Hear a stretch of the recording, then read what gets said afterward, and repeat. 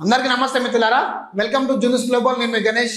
Right, ఇళ్లపై వెనక్కి తగ్గకుండా తగ్గపోయినావు కానీ ఎవరు అంటున్నారు? మంత్రి శ్రీరావు అంటున్నారు. Right, okay, right. అయితే దీని మీద గౌరవనీయులు, పెద్దలు, మహనీయులు, మహానుభావులు, శాసనసభ వ్యవహారాల శాఖ మాత్యులు, ఐటీ మరియు పరిశ్రమల శాఖ మాత్యులు జాబుల గురించి నిన్న మాట్లాడారు. దాని మీద నేను మీకు వివరంగా చెప్తా. ఇది నా తర్వాత చెప్తా. ఇన్నూరు ఫస్ట్.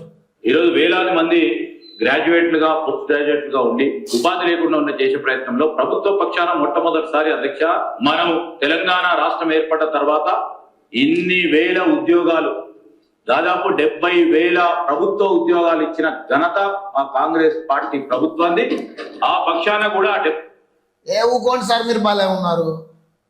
తెలంగాణ ఎప్పుడు ఏర్పడ్డది సార్? 2014లో ఏర్పడ్డది. తెలంగాణ ఏర్పడ్డప్పుడు ఏ ప్రభుత్వం ఉన్నది సార్? మీ ప్రభుత్వం ఉన్నదా? టీఆర్ఎస్ ప్రభుత్వం ఉన్నది. అప్పుడు మీరు ఓడిపోతారు, ఇట్లా కూర్చొనే ఉంటుంది. సరే, రెండో టర్మ్ అయినా కానీ మీరు గెలిచిరు. అప్పుడు ఏంటిది? ప్రతిపక్ష హోదా. మరి అప్పుడు కాంగ్రెస్ ప్రభుత్వం ఎక్కడ ఉన్నది సార్? 70,000 ఉద్యోగాలు రిక్రూట్మెంట్ ఎక్కడ వేసారు సార్ మీరు? మీ కాంగ్రెస్ ప్రభుత్వం ఏర్పాటై 2 సంవత్సరాలకు వస్తుంది కదా సార్. మరి 70,000 ఉద్యోగాలు ఈ 2 సంవత్సరాలు చేసారు కదా సార్. అంతకుముందు 2014లో ఉన్నప్పుడు టీఆర్ఎస్ ప్రభుత్వం ఉండే. ఆ ప్రభుత్వంలో మీరు కనీసం అలా ఏళ్ళు కాదు, ఏం కూడబెట్టలేదు. మరి 70,000 ఉద్యోగాలు ఏం నుంచి ఇచ్చారు సార్? సరే, ఇక మాకు మీరు ఇచ్చిర్రు, ఏదో దేవునికి ఎరక, పరమాత్ములకి ఎరక. సరే, ఓకే, దీని విషయం ఒకసారి మాట్లాడుకుందాం. నేను లెక్క కూడా చెప్తా మీరు ఇచ్చిన ఉద్యోగాల గురించి. సరే, ఓకే, ఇప్పుడు మీరు ఉద్యోగాలు ఇచ్చిర్రు. ఎన్ని? 70,000 ఉద్యోగాలు ఇచ్చిర్రు. ఓకే, సరే, ఇప్పుడు గౌరవనీయులు పెద్దలు మాట్లాడినట్టు 70,000 ఉద్యోగాలు కల్పించిండు మనకు. ఓకేనా? అయితే రైట్, కాంగ్రెస్ ప్రభుత్వం మనకు మేనిఫెస్టోలో ఏం చెప్పింది అయ్యా అంటే సంవత్సరానికి 1,00,000 ఉద్యోగాలు ఇస్తాము అన్నది.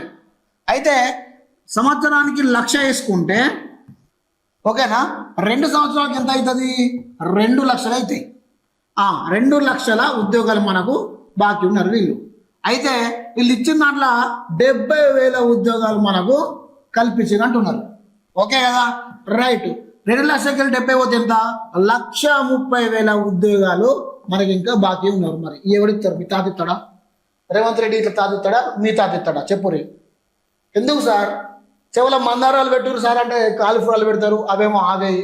ఇక ప్రజలు నమ్మేటట్లు లేరు సార్ మిమ్మల్ని. ఇక ఈరు సార్, ఈ 1,30,000 ఉద్యోగాలు 2 సంవత్సరాలు ఇవ్వలే కదా, మరి ఈరు సార్, వెయ్యి. మరి ఇది ఒప్పుకుంటాను సార్, మీ 70,000 ఇచ్చిన ఉద్యోగాలు మేము ఒప్పుకుంటాను. కానీ ఈ 1,30,000 ఉద్యోగాలు ఏడవేనో చెప్పురు సార్.